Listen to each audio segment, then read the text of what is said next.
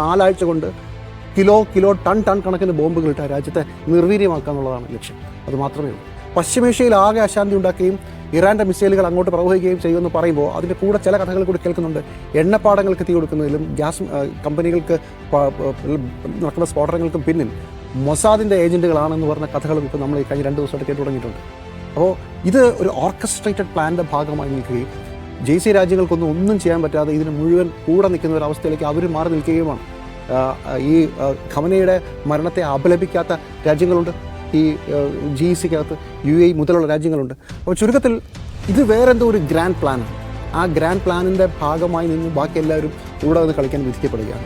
Iran നന്നാകണമെന്ന ലക്ഷ്യമില്ലാതെ ഇറാനെ തീർക്കുക മാത്രമാണ് ലക്ഷ്യമെങ്കിൽ പിന്നെ ഈ പശ്ചിമേഷ്യയിൽ ഇസ്രായേലിനെതിരെ ഒരു ശബ്ദം പോലും ഉണ്ടാവില്ല. That's it. അത് മാത്രമാണ് പ്ലാൻ. അല്ലാതെ അമേരിക്ക മണ്ടന്മാരാണെന്നും അമേരിക്കയുടെ പദ്ധതികൾ നടപ്പിലാകുമെന്നും എന്നും കരുതണ്ട. അമേരിക്ക അങ്ങനെ ഒരു പദ്ധതിയേ ഇല്ല. ഇറാൻ തീരുക, പിന്നെ എതിർ ശബ്ദങ്ങളൊന്നുമില്ല. ബാക്കിയുള്ള മുഴുവൻ പശ്ചിമേഷ്യൻ രാജ്യങ്ങളും ഇസ്രായേലിന് മുമ്പിൽ കൊമ്പിട്ട് നിൽക്കുന്ന, ഇസ്രായേലുമായി ഏതെങ്കിലുമൊക്കെ രീതിയിൽ കരാറുകൾ ഒപ്പിടുന്ന, അങ്ങനെ എല്ലാ എതിരുകളും ഇല്ലാതാകുന്ന ഒരു പുതിയ കാലത്തിലേക്കുള്ള അവസാനത്തെ ലാസ്റ്റ് സ്റ്റോപ്പാണ്. ഇതുകൂടെ തീർന്നാൽ പിന്നെ ഇസ്രായേലിന് മുമ്പിൽ വേറെ തടസ്സങ്ങളൊന്നുമില്ല. അതിലേക്ക് തന്നെയാണ് എത്തി നിൽക്കുന്നത്. ഒരു പക്ഷേ ചിലപ്പോൾ പശ്ചിമേഷ്യക്കകത്തുള്ള മറ്റ് ചില തർക്കവിതർക്കങ്ങളൊക്കെ ഇതിൻ്റെ ഭാഗമായി ഉയർന്നു വന്നേക്കാം. രാജ്യങ്ങൾ തമ്മിൽ തർക്കം. പക്ഷേ അതിനൊക്കെ മുകളിൽ അമേരിക്കയ്ക്കും ഇസ്രായേലിനും ഒരു വലിയ ഒരു ശക്തി, ഒരു പവറായിട്ട് വരും. ഇറാൻ കഴിഞ്ഞ കുറേ നാളുകളായി പല രാജ്യങ്ങളിലെയും മിലീഷ്യകൾക്ക് കൊടുക്കുന്ന സപ്പോർട്ട്, ഇതെല്ലാം ഈ ഒറ്റയടിക്ക് തീരും. അത് ഹൂത്തികളായാലും അതുപോലെ തന്നെ ഹമാസ് ആയാലും ബാക്കിയുള്ള സിറിയയിലെ മിലീഷ്യകളായാലും ഇവർക്കുള്ള സപ്ലൈ ചെയിനോടെ കട്ടായാൽ പിന്നെ ആരാ പ്രശ്നം?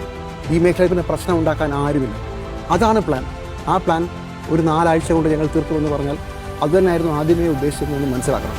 2 ദിവസം കൊണ്ട് തീർക്കാനല്ല. 2 ദിവസം തീർക്കാനാണെങ്കിൽ ഖമനേനിയെ വധിച്ചു തിരിച്ചു പോകാം. അതല്ല. 4 ആഴ്ച കൊണ്ട് രാജ്യത്ത് പുതിയ ഭരണകൂടം വരുമോ? അതുമില്ല. പക്ഷേ ഈ 4 ആഴ്ചയുടെ പ്ലാൻ എന്ന് പറഞ്ഞാൽ 4 ആഴ്ച കൊണ്ട് കിലോ ടൺ കണക്കിന് ബോംബുകൾ ഇട്ട രാജ്യത്തെ നിർവീര്യമാക്കുക എന്നുള്ളതാണ് ലക്ഷ്യം. അത് മാത്രമേ ഉള്ളൂ.